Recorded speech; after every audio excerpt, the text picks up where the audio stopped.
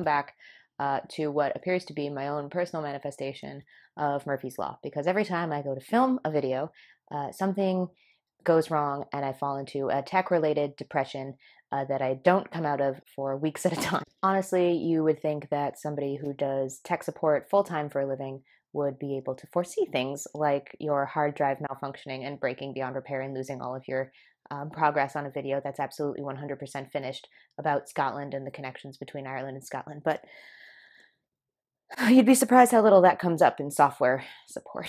Hello, IT. Have you tried turning it off and on again? Have you tried sticking it up your arse?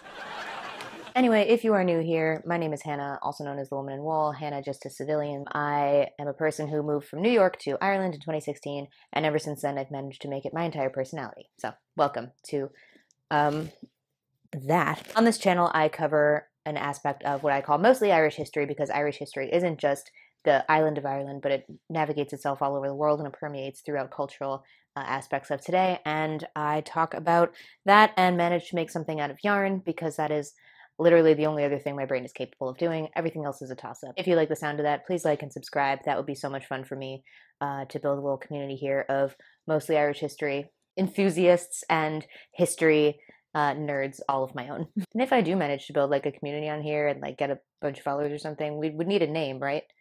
Like the Women in Wool? Can we all be the Women in Wool?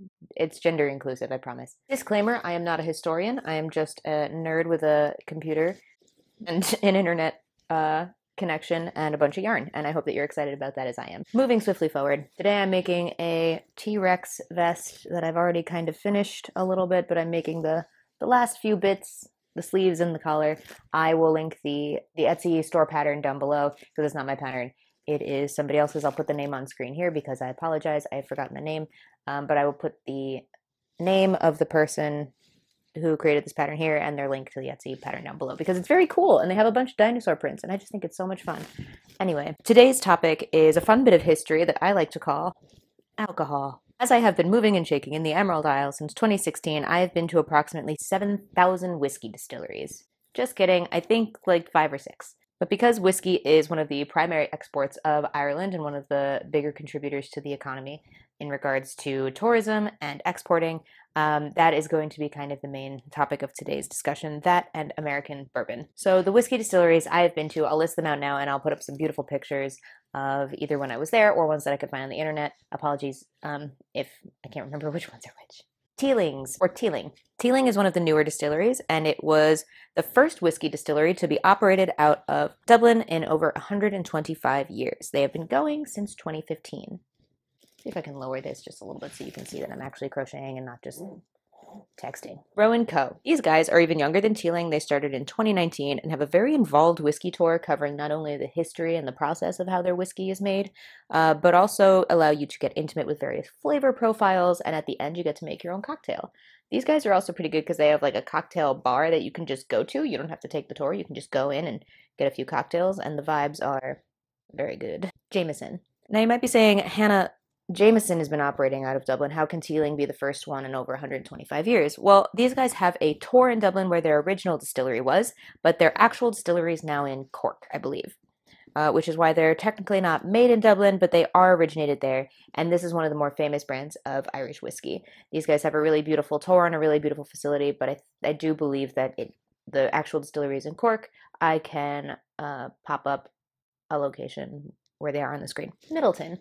These guys are actually part of the Jameson family. They are a little bit more of a top shelf version, and they have a great tour that covers the grounds and the history. It's absolutely beautiful and it's huge. And they go really involved into the history of Irish whiskey in general.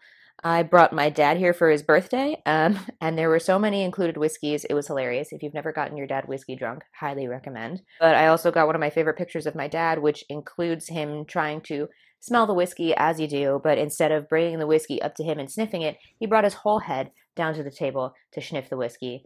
And it's one of my favorite pictures of my dad. And I sent it to his girlfriend for his 60th birthday so that she could put it up in front of everybody as a slideshow. That's what family's for. Bushmills. This distillery in Northern Ireland I actually went to on Easter Sunday, and it was an absolutely beautiful tour. Similar to the Middleton one, they brought you around the whole grounds. It's absolutely huge, and they go into whiskey history in general. But since it was Easter Sunday, we couldn't actually buy any whiskey because the selling of alcohol is illegal in Northern Ireland on Easter Sunday. However, we did get a few free shots, but if you are trying to get alcohol on Easter Sunday in Northern Ireland, don't do it. Ain't gonna happen. So these are the big ones. I think upon review, I thought I had been to way more. However, I have been to the Guinness Storehouse roughly 10 bazillion times. But that's because the Guinness Storehouse is kind of a do-it-yourself, self-guided tour. And people like to go when they visit me from America. So not everybody's a big fan of whiskey, but apparently Guinness is a little bit more crowd-pleasing. Life hack, if you don't like Guinness, you should get a shot. This is going to be horrible and the Irish people are going to roast me. But you still want a picture with like a Guinness for like Instagram or something, or a video. You get a shot of what's called my waddy or squash or blackcurrant. Just say you want a shot of blackcurrant in there and it'll make it taste like juice. And it still looks like a Guinness. So this is what I'm here for. Anyway, there are, from what I could find, 40 distilleries in Ireland making hundreds of different types of whiskey. And I am very keen to kind of try more of them and get more into like whiskey tourism. I think doing Scottish whiskeys might be a lot of fun as well, because that sounds like something an adult would do. And I, unfortunately, am a card-carrying adult. But there is a history to whiskey that spans across not just Ireland, but the entire world. Places like Scotland, Japan, and the United States all have their own deep-rooted history with whiskey, and whiskey traditions that are all kind of interconnected to each other in some really cool ways. Today, I'll be diving into Irish whiskey and American bourbon, and lucky for you, I just got back from Kentucky. Getting lucky in Kentucky. So get ready for some highly edited pictures that I made my partner take because I don't drink whiskey. I do, however, make a mean whiskey sour, and I think that that should be noted. History number 1, Irish whiskey. Where did it come from? So Irish whiskey has kind of a fuzzy origin story because writing things down didn't become cool until much later in Celtic history and history in general. But it is said that Irish monks brought back an art that they had learned in continental Europe for distilling perfumes. They brought it back, and using this process, they were able to make a drinkable spirit. And this was around 1000 AD. First mention of Ireland's whiskey history in written history, however, was in 1405 in the Annals of McNoise. Annals of Clan McNoise.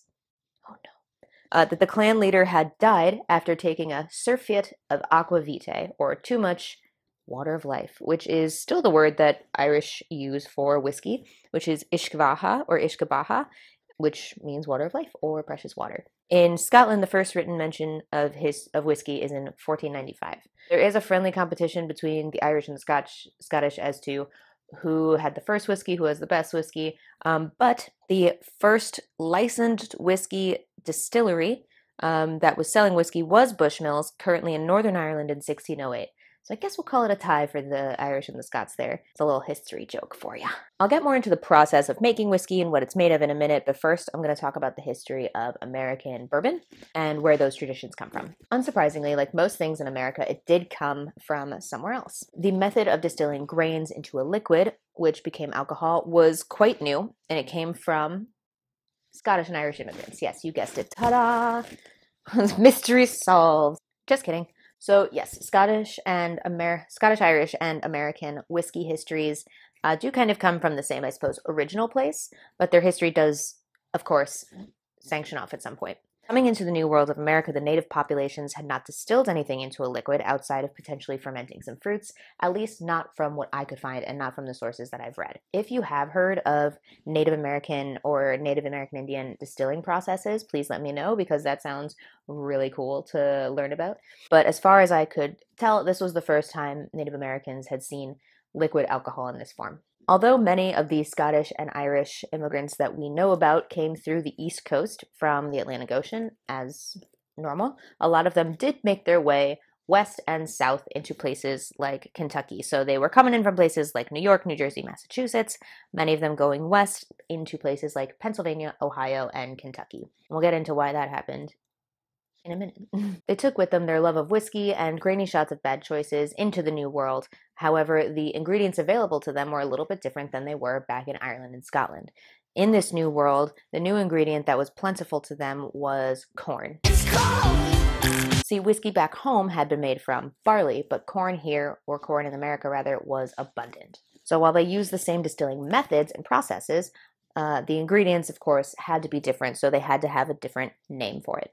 This could have contributed to its popularity since corn is rather easy to grow, therefore distilling became a little bit easier and more accessible to more people. So what's the difference between Irish whiskey, American whiskey, and American bourbon? Because there is American whiskey as well. Well, I'm so glad you asked. So Irish whiskey is made mostly from bourbon. That is the main grain in Irish whiskey. While American whiskey can be made from corn, rye, or wheat. If you know the song Bye Bye Miss American Pie, they go, brought my Chevy to the levee, but the levee was dry. This is now a poem. Them good old boys were drinking whiskey and rye. So they're talking about a whiskey made from regular barley, and then also a whiskey made mostly from rye. So whiskey and rye. Good talk, Hannah. Another difference is that whiskey in Ireland must be stored for a minimum of 3 years and 1 day. That's kind of a joke, though, because this way they know that they're at least getting 1 day more than the competitor. While American whiskey has a minimum storage of 2 years. So a little bit less. However, both American whiskey and Irish whiskey can be stored and aged in any type of barrel, out of any type of wood, and it can even have been used before. A lot of times for whiskeys, this is actually a selling point. So you might have seen sherry aged or rum aged, which means that these whiskey barrels that the whiskey has been aged in and stored in are made of different types of wood and have been used to store different types of alcohol before. So a lot of times sherry casks are used, and actually American whiskey casks can be used in Ireland and vice versa. A lot of the times they will get bourbon casks because, as we'll see in a minute, a bourbon cask is particularly special. Bourbon, however, does have to be made from 51% corn. This qualifies it as a bourbon rather than a rye or a barley whiskey. This ensures a limited amount of other grains that can be used, and it must be made in the United States, so it is strictly an American product. It also has to be stored in a charred, I want to get this right, charred New American white oak cask or barrel. So never been used before. They call it a virgin barrel as well, and it has to be made of white American oak, and it has to be charred on the inside. So it gives it a very particular taste. And a lot of times, like I said, American whiskey and Irish whiskey will use these casks that bourbon makers have made and reuse them to store whiskey. A bit more recycling on the whiskey side, I think. Also, bourbon has to be finished to have 80 proof. Now, if you're confused what proof is versus ABV or alcohol by volume, which is what we use here in Europe or what Irish people use, it is a way of measuring the alcohol in the spirit. So just as a rough guideline, if bourbon is 80 proof, it means it is 40% ABV. So you just double the ABV or alcohol by volume and you get the proof.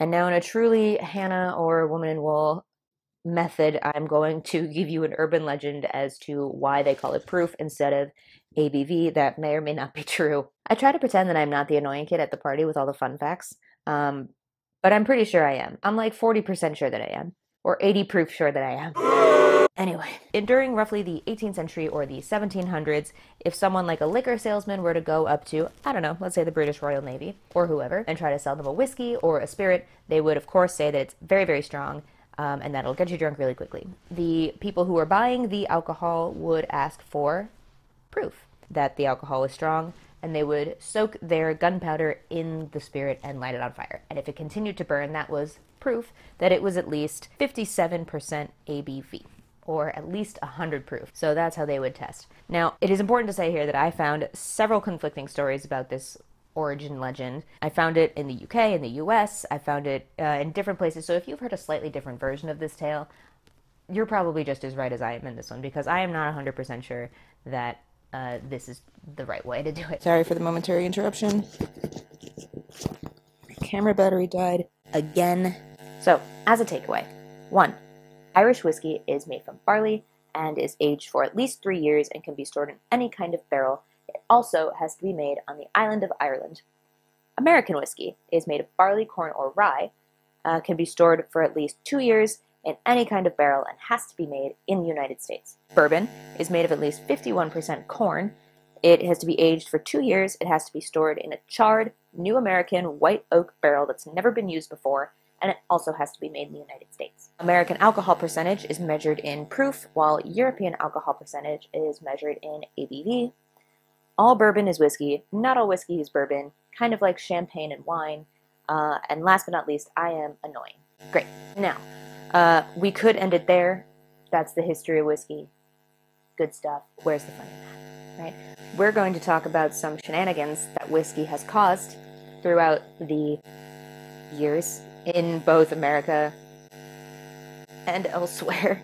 So, number one, Irish whiskey. The year is 1875. There is an area of Dublin called the Liberties, and at this point in time, right now, in today's day and age, in 2023, in 2023, it is known for its wonderful thrift shops. It has its own whiskey distillery called the Liberties Whiskey. But currently, right now, it is June 18th, 1875. A malt house called Malone's Malt House on Chambers Street caught fire, where just about 5,000 barrels of whiskey and spirits were stored. The malt house exploded, sending forth a burning river of whiskey throughout the street. Quite literally, a river of whiskey on fire going down Chambers Street. It was about 2 feet wide and 1 feet deep. Literal hellscape, right? Terrifying, women and children running all over the place. And unfortunately, this whiskey fire, the Dublin whiskey fire of 1875, claimed 13 people's lives. But not because of the fire. No. Alcohol poisoning. Yeah. Everybody and their ma started taking off their shoes and scooping up whiskey and drinking it out of the street. The Victorian, Dublin, cobblestone, horse poopy, various diseases patted down into the mud street. Whiskey going through. So like these, lads, feel like tonight we're going to party like it's 1875 and drink burning disease whiskey out of the street. How desperate are you for a dram that you'll scoop it? Please don't try this at home. Like, can you imagine? There's a burning river of whiskey flowing by your house. You're like, oh shit. Is your first thought, I should grab my family or my dog and get out of the fire because everything's made of wood in these days? Like, I didn't even think of that. Most houses were made of wood, stone and wood. And there's a fire river going through and your first thought is like, cheers. Anyway, number two, American whiskey. So this is the reason, like I said before, that I think Kentucky is now thought of as the whiskey state. So after the Revolutionary War, where America found its independence from Britain, there was a huge debt of around $54 million, according to Alexander Hamilton. So Alex Hammy suggested that they raise taxes and build out some new ones so this way they can pay for the debt of the Revolutionary War. Makes sense. So they raised taxes on things like imported goods and, of course, luxury items like whiskey and alcohol. Now, because whiskey was made from crops that could be used for food or could be used for land to make food, this was considered a luxury, or taking food out of people's mouths so that people could have a drink, which I get it. And in some circles it was still considered a sin because Christianity was the kind of main moral compass at that point. The only problem is that farmers who made whiskey, not every farmer operated by cash in those days. There was a big bartering system, trading, and not all the time was cash in hand, you know? That made sense. That was a real sentence. So like a chicken for you, some wheat for me, bada bing, bada boom, we're friends. And that worked for most people. So therefore, any kind of tax on these items made a huge dent in a farmer's revenue. So to be charged cash for not even selling for cash, it didn't work for most people. It wasn't going anywhere. So the people revolted. Most whiskey distilleries at this point were in Pennsylvania and not in Kentucky. So, according to a website called the American Whiskey Trail, I'm going to read this word for word. At one point in 1791, a mob of over 5,000 men advanced on Pittsburgh, threatening to burn down the whole city. They were met by town officials who managed to dissuade them from their mission by promising to banish certain officials and plying the mob with food and, of course, whiskey. So they quelled the whiskey people with whiskey. Revolutionary. During this time period, though, is when most whiskey distillers made their way down to Kentucky to avoid the Pennsylvania taxes. I was lucky enough to get to hang out in the Michter's distillery for a little bit and sit in their cocktail bar and write this script, which later got deleted. But Michter's is absolutely beautiful. It's in Louisville, Kentucky, and the vibes are immaculate, absolutely great. Such a beautiful place. They give you little snacks. Their cocktails are so much fun and really delicious. And they were actually originally in Pennsylvania as well. Now, their story is a little bit different because theirs includes new management, but I do want to encourage you to go to their website and to visit them in Louisville rather than hear me talk about it. I can't give the whole story. That's not fair. And fact number 3. Now, this covers American and Irish whiskey. Remember that one time from like 1920 to 1933 when all of America banned the selling and distilling and drinking of alcohol? Me neither. Sounds awful. Now, the era of Prohibition might sound like it's just an American history point, but it actually affects Ireland in a really big way as well. So at the same time as when America, one of the biggest markets, closed its door to whiskey and closed its door to alcohol in general, the other big market of Britain that Ireland had to sell whiskey to started imposing really high tariffs and trade tariffs for certain things, and especially alcohol. So this left a fresh, young, newly single Ireland to rebuild its economy without the help of one of its biggest exports. The Irish economy was slower to build up, and we could talk about that all the time. The economic history of Ireland is fascinating and highly reflective of, its history, obviously.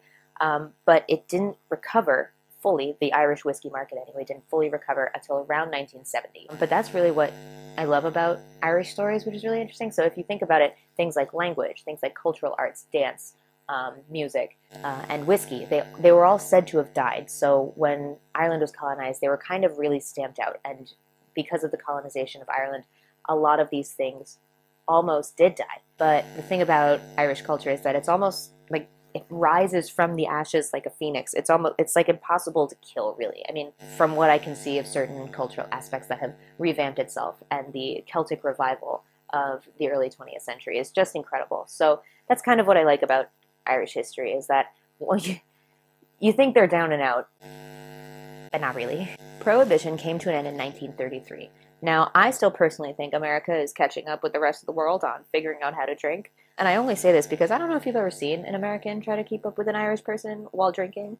But let's just say I pissed my pants and got charged €65 for a taxi home. There are some very funny stories linked to Prohibition, though. For example, women, who were historically viewed in American society and most Western societies as demure, matronly, innocent, sweet, were actually making up most of the bootleggers during Prohibition.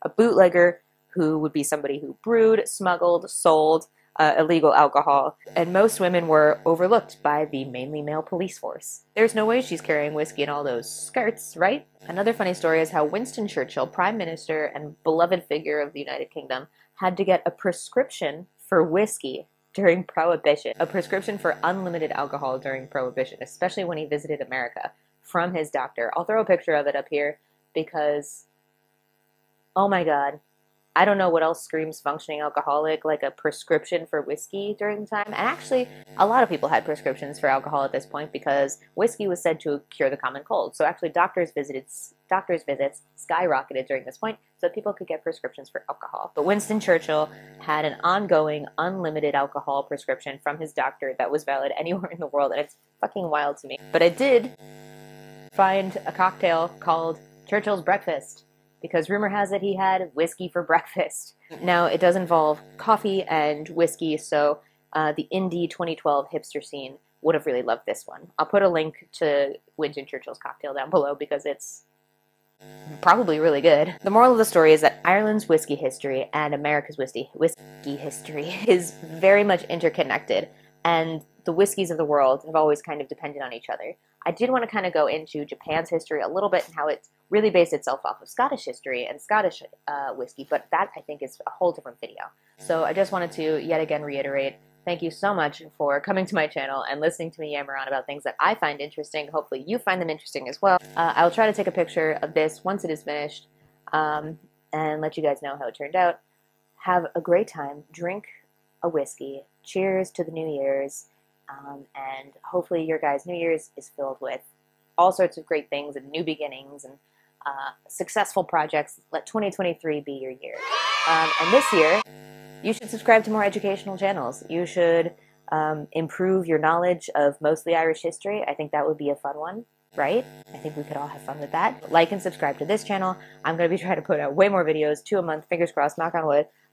But, bar any disasters, which tend to happen to me a lot. But like and subscribe. I'm on YouTube. I'm on TikTok. I'm not really on TikTok too much, so don't worry if you don't follow me in but I'm on Instagram just at woman.in.wool on Instagram. Drop a comment, drop a like. It's well appreciated. And thanks for coming along on my hot mess of a journey of mostly Irish history. Love you. Have a great day, and Happy New Year. Jiminy Cricket. You ever notice like you look fine in the mirror and then you get on camera and your face is lopsided? I don't look like this in real life. God, I fucking hope not.